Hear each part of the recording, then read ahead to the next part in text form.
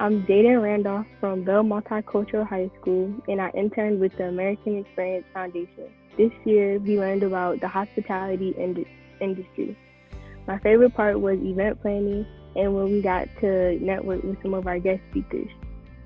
Now I attend North Carolina Wesleyan College, and it is now my pleasure to introduce Elliott Ferguson, President and CEO of Destination DC.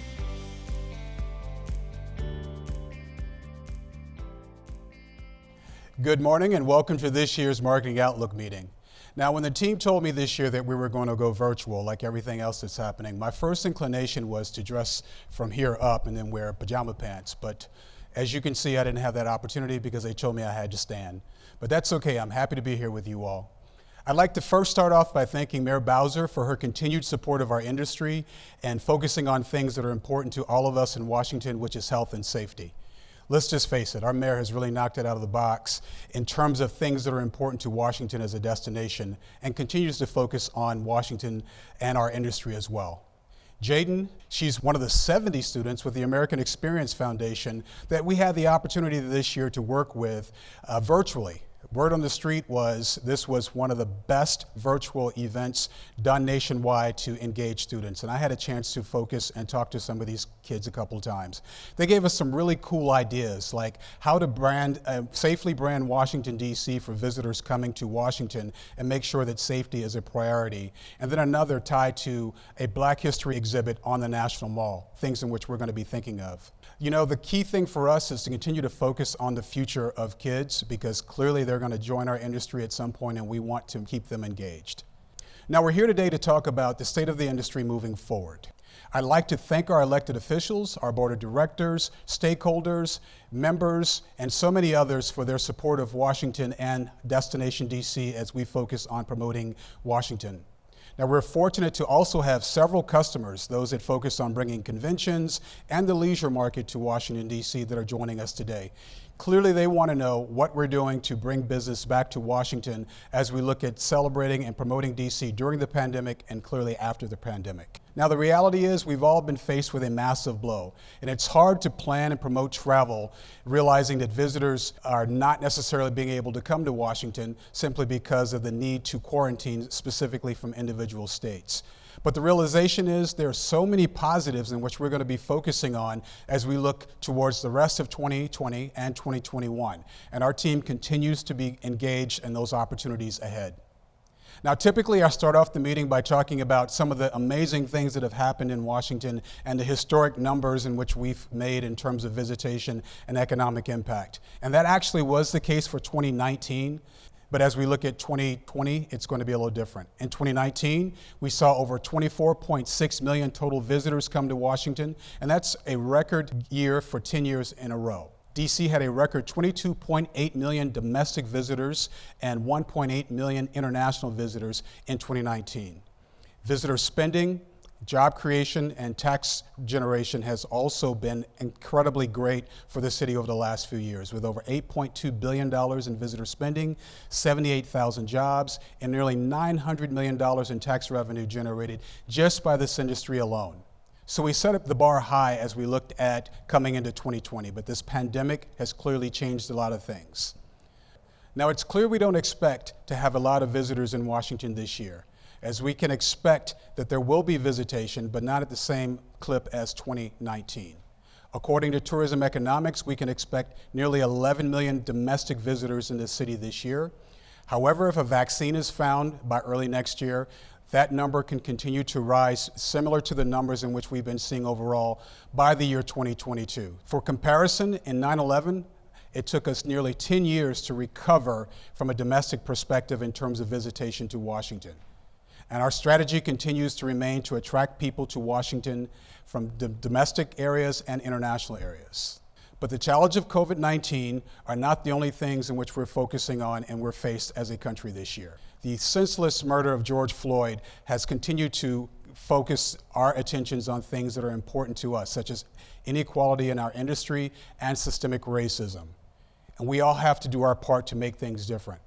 I've been fortunate enough to be the chair of the U.S. Travel Association, and as a part of my platform, I've asked to allow this particular subject to be something in which we focus on as an industry. We've talked to boards of directors of the U.S. Travel Association, and we had 2 webinars with nearly 3,000 people on each that focused just on this particular issue. Opportunities for Black people as well as others to be able to continue to find opportunities within this industry. We recognize the fact that there's several jobs at the lower level, but as you look at the pyramid, there are fewer jobs for Black people and for minorities. I've worked with 6 Black professionals, mostly CEOs. We answered 5 questions on race that we felt that were important that we wanted to share with you all, our friends and our peers. Now, we'll share a link with you following this meeting so you can see exactly what that recording looked like.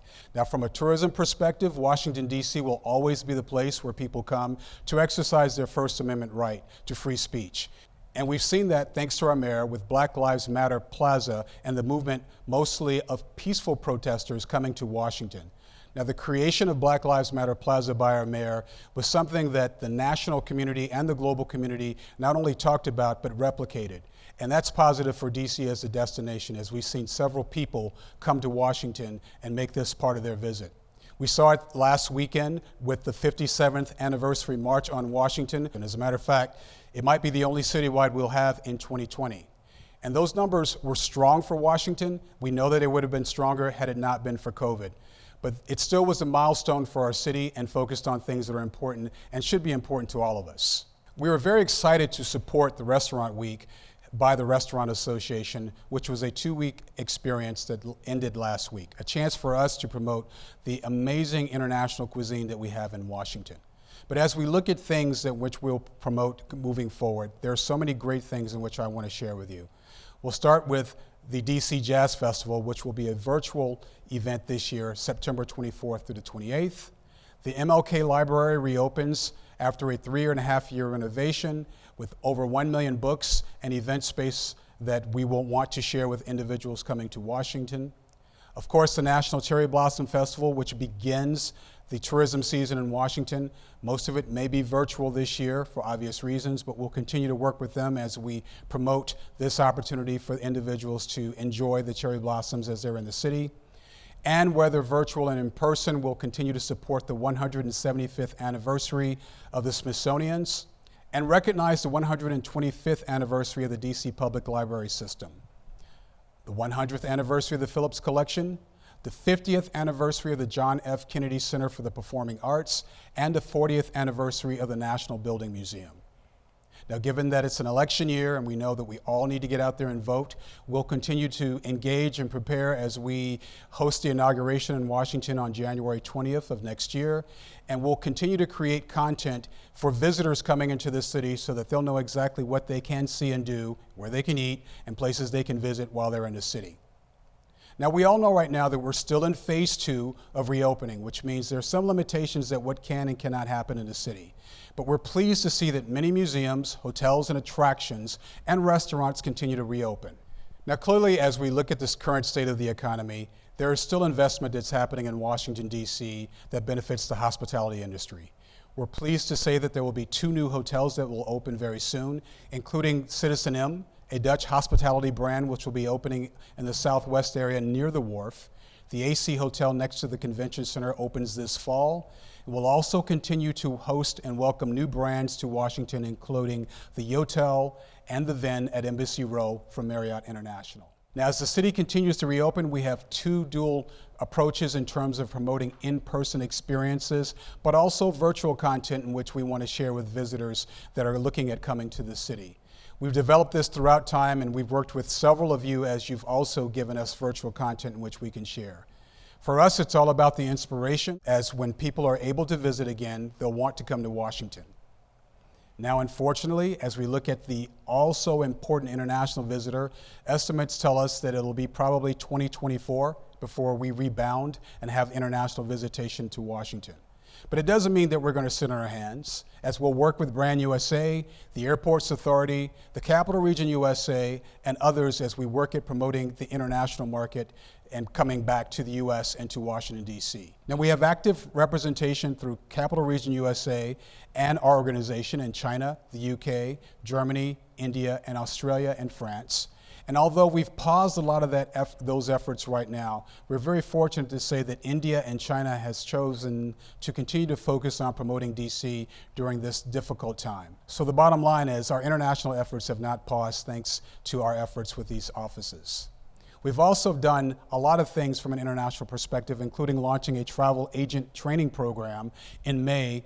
And the turnout has really been great, with over 570 plus participants from 40 countries understanding a lot more about how to promote DC. Monuments, memorials, and museums, things in which we love, outdoor activities, the arts, theater, nightlife, and the list goes on and on. They were able to find out firsthand what DC has to offer. Now, even though it doesn't feel like it right now, DC still remains the city of champions. We're working with Events DC and the mayor to host the 2026 World Cup as a part of their efforts in the US and Washington, DC. The timeline for this hopefully will be coming up soon with site selection and, of course, tours of Washington and all our venues. Now, this is a really big deal for our city. Think $230 million of economic impact and a global community, at least half of the US and the world looking at the World Cup and having that opportunity to promote DC, which is really great for us. Esports continues to remain extremely important and remains promising. We've got bids out for several events with Events DC at the entertainment and sports arena. Now, when it comes to meetings and conventions, it's not a rosy picture right now, but things are looking up. We are experiencing cancellations well into 2021, and we've lost over $422 million and 42 groups at this point. Now, that impact doesn't even account for the smaller meetings that take place in hotels throughout the city and in private venues. But our team continues to reset and focus on the future. We've remained actively involved and engaged by talking to customers and focusing on ways in which they can bring business to the city with virtual tours and calls, events and sales blitzes. And for us, it's really paying off. In the short term, we've seen smaller meetings that have booked DC to the tune of 43,000 room nights. And we've generated 5 citywide conventions for future years, including the Lions Club for 2027. This meeting will take place over the 4th of July, 25,000 attendees, and nearly $15 million in economic impact, and the first time in Washington, D.C. Now, we hosted Delta Sigma Theta's annual convention in 2013. We'll host them again in 2025.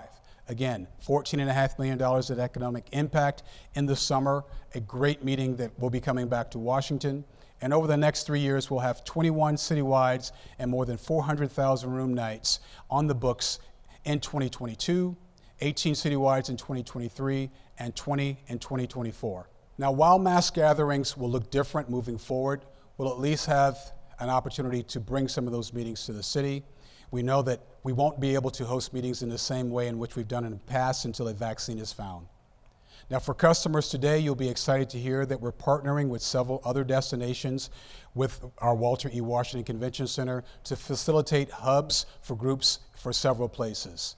What this means is that a medical meeting could have a smaller group in Washington, D.C., hosting that meeting in our city, whereas others will be online, virtually paying attention and focusing and being a part of the meeting, similar to what we're doing today with our Marketing Outlook meeting. This approach allows for so much more flexibility and a good reason as to why DC continues to remain connected as we look at meetings in the future. International meetings work a little differently, but the connected message continues to remain the same. We'll continue to focus on our ambassador circle made up of industry leaders locally to help us champion bids for our city. We'll continue to use these opportunities and avenues to connect with those groups that are looking at coming to the U.S. and might need that extra nudge because we understand the impact in this and the importance of so many groups and associations and professionals headquartered in Washington, D.C. that can really augment their conventions. Continued investment in the region, such as Amazon's HQ2 and MedImmune, help strengthen DC's pool of talent and thought leaders and enhance our opportunities through these ambassadors to potentially host these groups. Now, a lot of you might be thinking, what is the convention services team doing right now? I can assure you they're working to reinvent ways to bring meetings to the city and make sure that these groups understand that we're here with them as they're looking at coming to Washington. We don't have all the answers right now as we look at communication, but we're continuously finding out ways to make sure that they have a great experience. As an industry, we want customers to know that our organization continues to remain here to help, and of course know about all the services offered by so many of our members. We want to continue to help align the customer's needs with what we have to offer in DC, as well as the technology that's out there right now. And we're continuously focusing on things that Destinations International is doing as they represent DMOs globally in terms of new technology and ways in which we can have better meetings in the city. We're exploring so many different initiatives to benefit customers, and we want to continue to make sure that you're aware of those things as we move forward. Now, our best opportunity to rebound is, of course, what are we going to be doing to market DC? How are people going to remain engaged in what we're focusing on moving forward? From a marketing perspective, the most important thing for us is to get back on track by securing the funds that allow us to promote DC in the way in which we've done in the past, and arguably even more than what we've done in the past. Now, like you, our budget has been compromised, which means we don't necessarily have the marketing dollars that we need to be able to promote DC. But our goal is to get those dollars as soon as possible, because we understand your marketing dollars are also compromised. So you're relying on us to do a great job in promoting DC as a destination. So the data tells us that consumers are looking at shorter trips, staycations, and getting in a car and driving versus getting on a plane. We know that consumer confidence has been compromised at this point. So we'll focus on that drive-in market. The fact that 50 million people live within 4 hours of Washington, D.C. is a big deal and a great opportunity for us to focus on these groups. We've looked at and shifted our Discover the Real DC campaign slightly to focus on those potential regional markets and focus on closer getaways to our city and to our region. Now, we'll pivot the Stay Local DC campaign to encourage the DMV residents also to get out in their own backyard, stay in hotels, and enjoy the things in which we love as a destination. The data shows us that local audiences will help sustain destinations, so it's important that we focus on that community outreach. We saw a lot of it this weekend as people were out enjoying the great weather and restaurants and things in which we have to offer as a destination. I think one of the key things that makes DC unique is the fact that we promote 100 free things to see and do as a destination, be it being outside at the monuments, memorials, and museums, and all the social distancing opportunities that existed during the pandemic, which is still ongoing, as well as things that are opening up that we're being able to focus on. We haven't been doing much advertising during this summer, as you can imagine, but we are focusing on content and editorial so that we can focus on things that we know will resonate to potential visitors as they're looking at where they want to go in the near future. Now, Washingtonorg continues to remain our trusted resource for consumers that are looking at coming to our destination. We know for a fact that right now individuals are going to Washington.org to plan their trips, see what's open, and figure out what's next. Page views and unique visits on Washington.org grew 30% consistently month over month, which means that trend of people wanting to get out and travel is out there because they're trying to figure out what they can see and do. We're focusing on the redesign of our website, something we talked about last year, and we're getting closer to the finish line. A stronger, more vibrant website that continues to have responsive design will resonate with individuals that are trying to figure out what and how to navigate their trips and visits to Washington. The site upgrade should lead to consumers who are more interested in the destination because of the strong content and ultimately drive more visitation. On the social media side, we've launched #DC Together to support our local businesses so consumers will know where to shop small, order takeout, or go on a virtual tour. And we've been actively highlighting members on social as reopening continues. Now, the good news is that this positive editorial keeps awareness up about DC. And the team is working with journalists to write about what's reopening, the safety measures in place, and the value in the city with DC's free things to do. And I've been glad to see a lot of coverage in trade publications about our industry and the things in which we're doing to combat inequality that I discussed earlier. So as we discuss all these things in which we're doing to keep DC in the top of mind, ultimately we know it's hard. And we've been here with all of you during this important time. To our members this morning, we want to continue to partner with you and things in which you're doing to promote your services to potential visitors to the city. And we've seen that a lot of you have gotten creative. We've heard stories from organizations like Manja Food Tours, which quickly adapted providing virtual experiences to those that are coming to the city. Plants Alive, traditionally a plant company that offers rental, now has pop-up shops that have been extremely successful throughout the city. and Hook Hall, becoming a hospitality industry worker relief center, distributing thousands of supply bags and family meals to colleagues and raising more than $500,000. As you might be short-staffed, our job is here to help. Your account manager can walk through ways in which you can use resources on the extranet, like adding new safety enhancements to your listing and deals. And the good news is that leads are starting to pick up. We also have the latest research and tools on the extranet, so even if the news is bad, we can help you in your planning. We'll be promoting our visitor's guide and event planning guide to keep DC top of mind for both future travel and meetings. Having a presence in these guides is important for you to approach business. And if you're interested, as you should be, you should reach out to Miles Partnership to talk about additional options. Now, realizing the economics tied to COVID, we opted to freeze dues. However, these dollars are extremely important and make up a huge part of our marketing budget, so dues are going to be reinstated. For those new to Destination DC, we've instituted a membership-free trial, so please share that with your network. And we realize that events will return, similar to the one that I'm doing here virtually, and appropriate in-person opportunities as well. And we'll all hit restart and be there for each other at the appropriate time. We're showcasing the best of Washington and what we have to offer, so please stay connected and participate with us. Now, in the words of the civil rights legend, Congressman John Lewis, we must never give up or give in or throw in the towel. We must continue to press on. We must be prepared to do what we can to help educate people, to motivate people, and to inspire people to stay engaged, to stay involved, and to not lose their sense of hope. We must continue to say, we're one people, we're one family, we all live in the same house. Together, we know we will survive and rebound.